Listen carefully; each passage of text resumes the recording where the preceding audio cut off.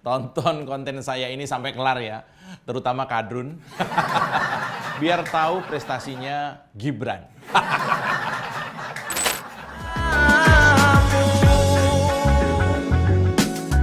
Mereka yang tidak satu saudara dalam iman adalah saudara kita dalam kemanusiaan. Letak! Nah, saya mau ngomongin prestasi antara Anies itu kalau digabung sama AHY prestasinya seumur hidup dan dibandingkan dengan prestasi Gibran cuma dalam hitungan 3 tahun sebagai wali kota Solo, saya jamin Anda akan melongo. Keras ya. Jadi begini, belum lama berselang, si tukang polarisasi sekaligus selebgram dari DKI Jakarta, yaitu Anies, sedang girang-girangnya karena DKI Jakarta telah memperoleh predikat wajar tanpa pengecualian atau WTP dari BPK selama 5 tahun berturut-turut pada masa Anies Baswedan.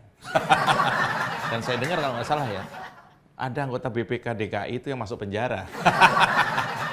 Nah, biasanya nih ya seperti bocah ingusan yang baru saja memperoleh peringkat terbaik di kelas, lantas memamerkannya ya ke semua warga sekolah bahwa ia adalah siswa paling pintar tanpa tanding dari semua siswa di sekolah.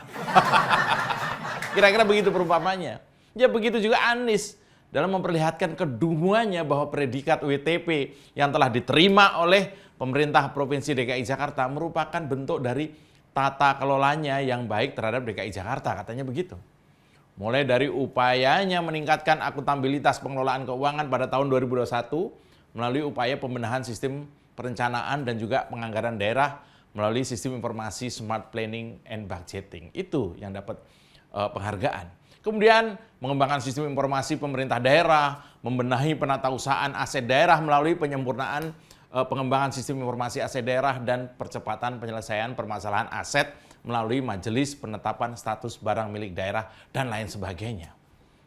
Nah, apa yang saya omongin tadi, itu sebagaimana yang kita ketahui bahwa garis besar upaya-upaya itu sejatinya hanya meneruskan kebijakan dari pemerintahan sebelumnya, yaitu dari zaman Gubernur Jokowi, Gubernur Ahok, dan Pak Jarot. Ketahuan deh Anies ya. Jadi ternyata beberapa penghargaan itu adalah upaya atau penghargaan dari upaya dari zaman Pak Jokowi, Pak Ahok, dan Pak Jarot waktu jadi gubernur. Jadi Anies itu cuma nerusin. Bahkan Anies ini mengklaim secara sepihak katanya bahwa selama proses audit BPK, pihaknya telah memperoleh skor sebanyak 86,34%. Skor yang menurut Anies merupakan skor paling tinggi dari pencapaian rata-rata nasional yang hanya menyentuh angka 80%. Eits, sampai sini apakah ada yang mengganjal dari klaim sepihaknya Anies? Coba kita cermati lebih jauh. Seberapa relevan sih pencapaian 5 kali berturut-turut WTP ini, bukan WTS ya, WTP ini, serta skor audit yang telah menyentuh angka sebesar 86,34% itu? Coba kita beralih ke Solo. Kota Solo itu terima penghargaan WTP itu 12 kali berturut-turut. 12 kali, bos.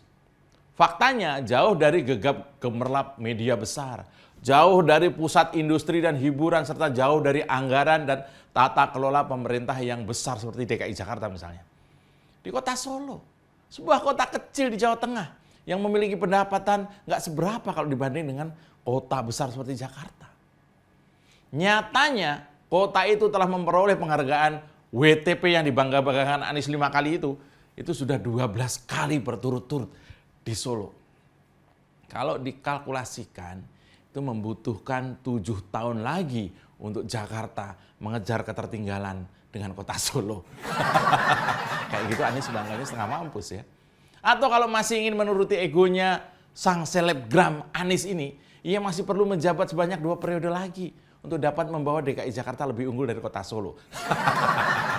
Tapi Anies malah lebih memilih nyapres. Ya, yang mana jabatannya di daerah juga belum beres-beres amat. Ini loh, berangkat dari fakta itu, kenapa Anies begitu kegirangan ketika menerima penghargaan yang sejatinya itu nggak seberapa lah. Bahkan tanpa tetek bengek, ada nggak tetek yang bengek? Nah, maksud saya gini, bahkan tanpa tetek bengek, pengelolaan dan manajemen kota yang aneh-aneh, hingga tanpa perlu mendapat sorotan dari media-media besar, kota sebesar dan seadidaya seperti Jakarta telah dikalahkan oleh kota kecil seperti Solo. Lalu apa dan di mana letak kemaluan Anies? Maksudnya rasa malu ya. Di mana letak rasa malunya Anies ketika bersaksi membawa kehebatannya di depan media pers? Seperti sekarang ini dia lagi ada di London, berlibur.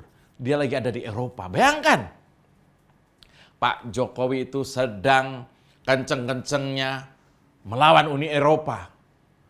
Sedang kenceng-kencengnya, keras-kerasnya melindungi ekonomi Indonesia bahkan dengan pertaruhkan jiwanya melawan Uni Eropa. Tapi Anies berlibur ke Eropa, seneng-seneng. Mungkin sambil menghina Indonesia. Ini bukan antitesa, ini kebodohan. Nah, menariknya penghargaan berturut-turut wajar tanpa pengecualian ke-12 oleh Kota Solo itu diserahkan langsung oleh Menteri Keuangan sendiri, yakni Bu Sri Mulyani. Penyerahan itu berlangsung saat rapat kerja nasional ya. Di mana kemarin itu kalau nggak salah, saya nggak tahu di mana. Tapi yang jelas itu lagi ada rapat kerja nasional, lagi pada kumpul semua, itu diserahkan oleh Bu Sri Mulyani. Tapi itu keren. Penghargaan itu tentu nggak lepas dari peran Gibran dalam pengelolaan kotanya sendiri. Meski belum lama menjabat sebagai wali kota, Gibran ini memberi bukti lah, berhasil membawa kota Solo menorehkan prestasi sebagai 3 besar kota terbaik di Jawa Tengah. Pemerintah Kota Solo mendapat penghargaan pembangunan daerah 2021 dengan kategori kota terbaik kedua. Penghargaan diberikan juga langsung oleh Pak Ganjar kepada Mas Gibran ketika musrembang di Semarang.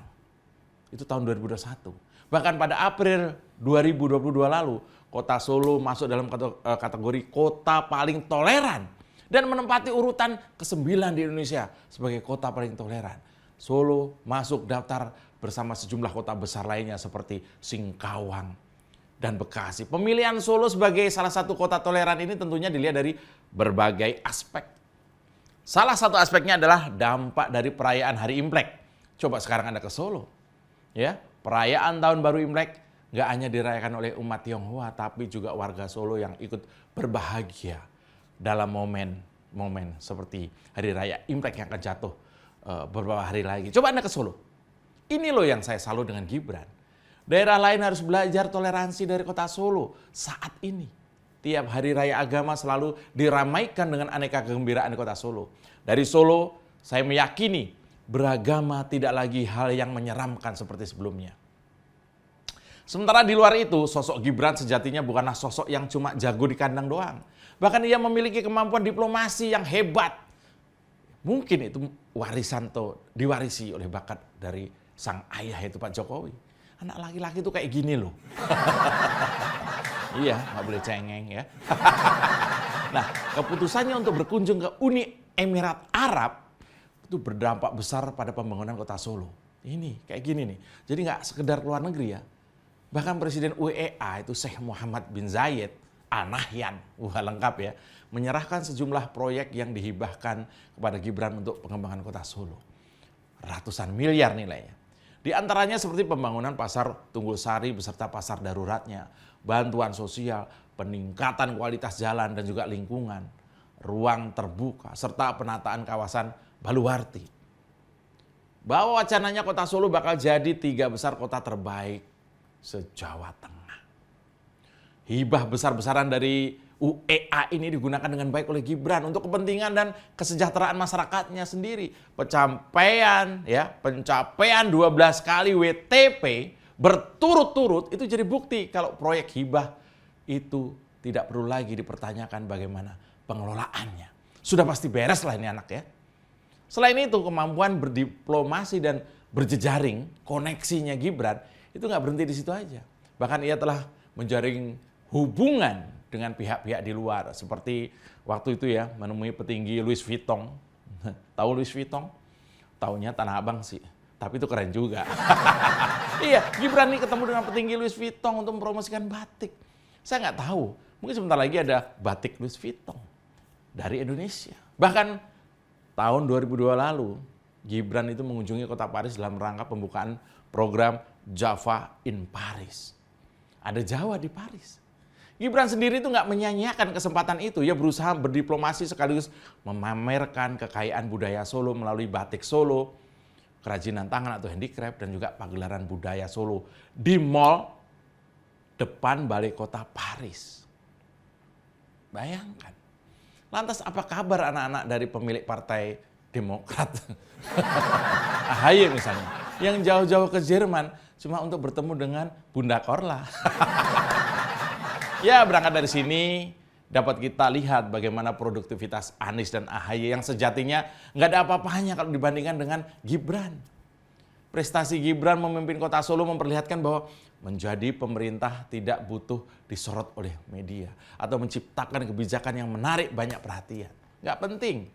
Melalui Gibran, politik omong kosong yang dijalankan Anies dan AHY hanya dapat dibungkam dengan kerja keras.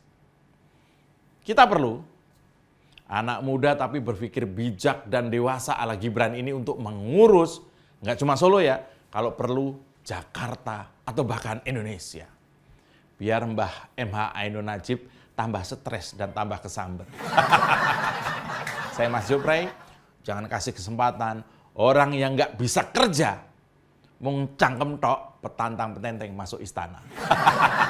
Salam bletak.